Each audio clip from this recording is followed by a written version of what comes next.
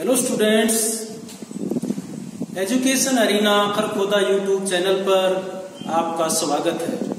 आज हम अपने देश के मुख्य बिंदुओं पर प्रकाश डालेंगे।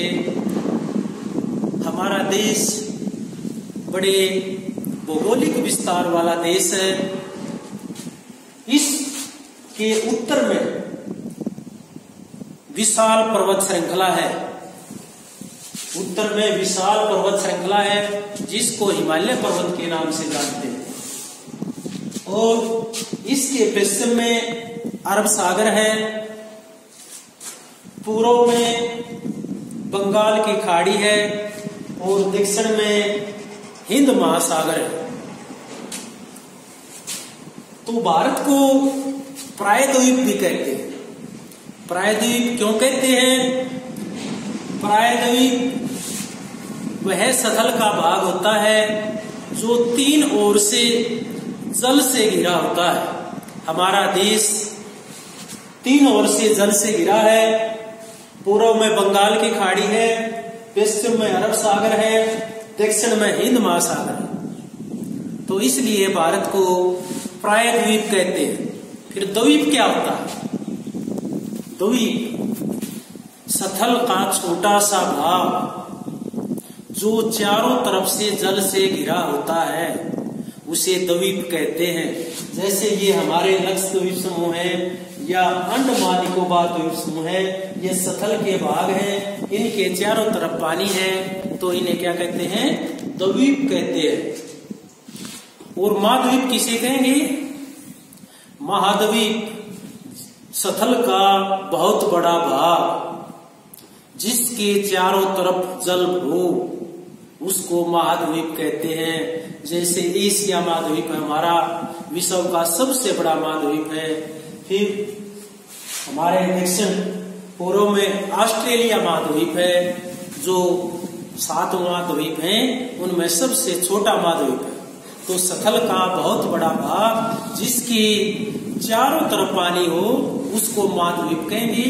और सतल का छोटा सा भाग जिसके चारों तरफ पानी हो उसको कहेंगे द्वीप। और प्रायद्वीप कहते हैं भारत को क्योंकि इसके तीन तरफ पानी है, इसलिए इसको प्रायद्वीप कहते हैं।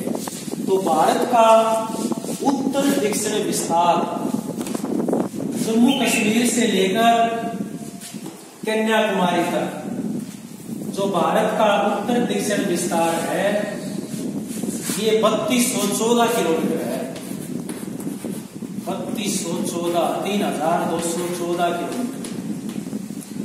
और पूर्व से पश्चिम विस्तार गुजरात से लेकर अरुणाचल प्रदेश तक इसका विस्तार 2933 किलोमीटर।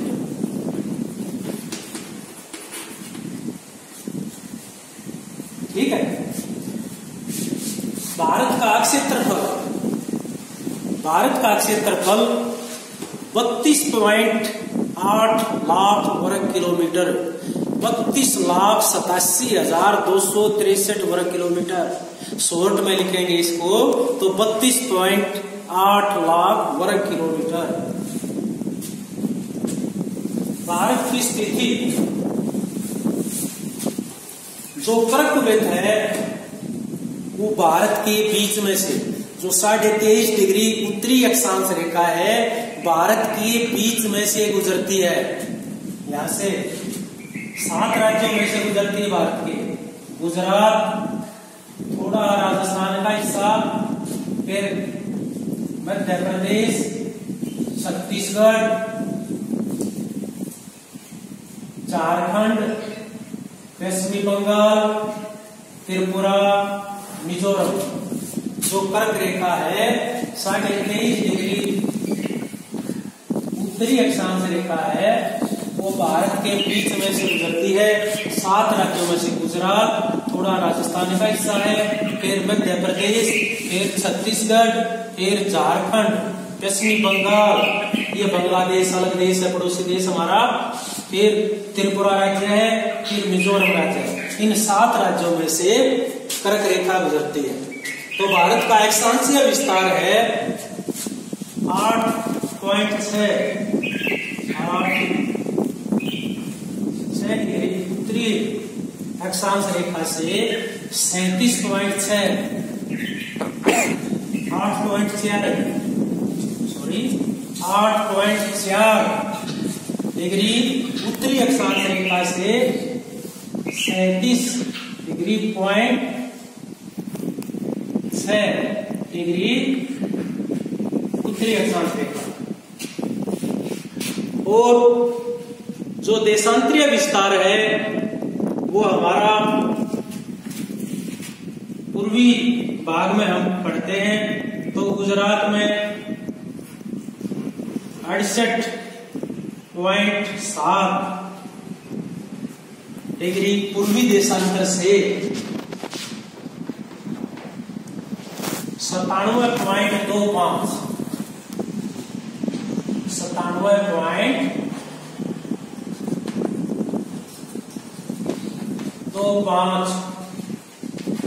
पूर्वी देशांतर। अक्षांश रेखाओं के हिसाब से हम भूमध्य रेखा के उत्तर में स्थित है, तो उत्तरी गोलार्ध में हमारा देश। और जो देशांतरी रेखा पूरे संसार को, पूरी पृथ्वी को पूर्वी और पश्चिमी गोलार्ध में बांटती है, तो इस हिसाब से हम पूर्वी गोलार्ध में 68.7 डिग्री पूर्वी देशांतर से 97.25 पूर्वी देशांतरों के बीच हमारे देश का विस्तार है।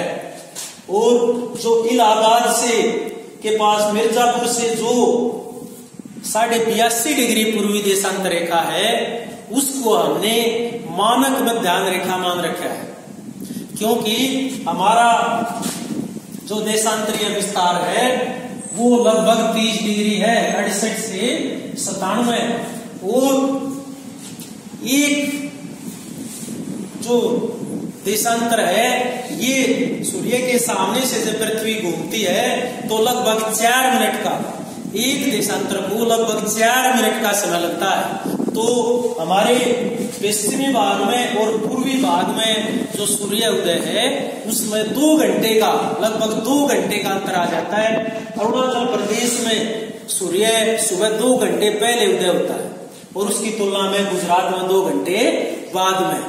तो हमने अपना जो मानक समय है उसको, जो इलाहाबाद से हमारी जो 82.5 डिग्री पूर्वी देशांतर रेखा गुजरती है, उसके अनुसार उसके जो स्थानीय समय है उसको मानक समय माना है। उसके अनुसार हमने पूरे देश की घड़ियों को मिलाया है। अब भारत के पड़ोसी देश, हमारे पश्चिम में ये पाकिस्तान है, इससे ऊपर यहाँ पर अफगानिस्तान है, यहाँ पर तिब्बत जिस पर चीन का कब्जा, यहाँ पर क्या है, तिब्बत जिस पर चीन का कब्जा, चीन पे ये इसको, ठीक है। इसके यहाँ डिक्शन में ये नेपाल हमारा पड़ोसी देश है, ऊपर चीन भी हमारा पड़ोसी देश है, फिर ये हमारा सिक्किम राज्य, इसके साथ में भूटान, ये हमारा पड़ोसी देश है। ये भारत का ही भाग होता था, बांग्लादेश। फिर 1947 में देश आजाद हुआ तो देश का विभाजन होगा। पाकिस्तान था ये, यहाँ पर पूर्वी पाकिस्तान, ये पश्चिमी पाकिस्तान। तो 1971 की भारत पाक युद्ध के बाद ये अलग देश बन गया, पाकिस्तान से अलग हो गए, अब बांग्लादेश है। और हमारे जो पूर्व के राज्य हैं इनके साथ म्यांमार, बर्मा कहते थे पहले इसको, अब म्यांमार के नाम से जानते हैं। और हमारे दक्षिण में द्वीपीय देश है श्रीलंका, ये श्रीलंका है। और यहाँ नीचे मालदीव, छोटा सा देश है, द्वीपीय देश।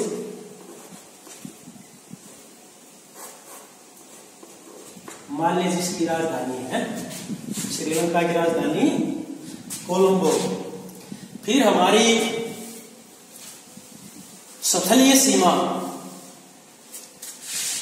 जो दूसरे देशों के साथ हमारी सतत सीमा लगती है, यहाँ गुजरात से लेकर ये पाकिस्तान की सीमा लगती है, फिर ये तिब्बत को हो या चीन को हो ये आ गया, फिर ये नेपाल की सीमा, फिर ये भूटान की सीमा, म्यांमार की सीमा, ये बांग्लादेश की सीमा।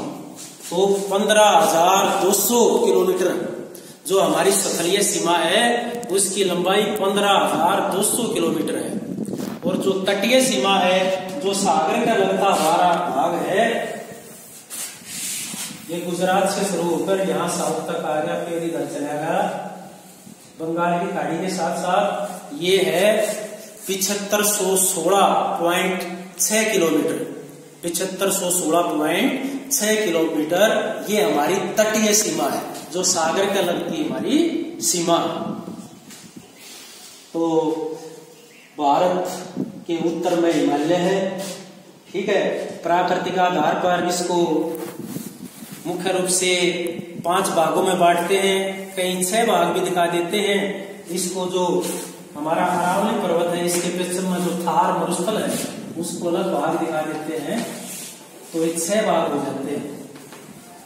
थार मरुस्थल उत्तर में हिमालय पर्वत है, उसके साथ लगता है यहाँ पर उत्तर भारत का विशाल मैदान कहो या सतलुज गंगा का मैदान, ये यहाँ पर पंजाब, हरियाणा, उत्तर प्रदेश, कुछ एमपी का हिस्सा, बिहार और असम तक पहुंच गया। ये हमारा उत्तर भारत का विशाल मैदान है, सतलुज गंगा का मैदान है। उसके दक्षिण में दक्षिण का पठार, ये यहाँ पर क्या है, ये पठारी भाग है हमारा, दक्षिण का पठार। और पठार के दोनों ओर इधर पश्चिमी घाट पर्वत है, इधर पूर्वी घाट पर्वत है। तो इनके बीच में तो दक्षिण का पठार है, और इस पश्चिमी घाट पर्वत और पूर्वी घाट पर्वत के दोनों तरफ तटीय मैदान। एक भाग विशाल पर्वत हो गए, हिमालय पर्वत, दूसरा सतलुज गंगा का मैदान, तीसरा दक्षिण का पठार, और चौथा भाग तटीय मैदान। तटीय मैदान इस पश्चिमी तट के साथ साथ, पूर्वी तट के साथ साथ। और 5वां हमारा भाग है द्वीप समूह। एक अरब सागर में हमारे द्वीप समूह, अलग से द्वीप समूह, एक बंगाल की खाड़ी में अंडमान निकोबार द्वीप समूह। और 6ठा भाग हमारा अगर मानिए इसको तो ये थार मरुस्थल जो राजस्थान के अंदर है। तो इस प्रकार प्राकृतिक आधार पर भारत को 6 भागों में बांटा गया है। हमने आज अपने भारत के बारे में जाना, मुझे आशा है आपको बहुत पसंद आया होगा। तो आगे आपसे फिर जल्दी मुलाकात करेंगे, तब तक के लिए धन्यवाद।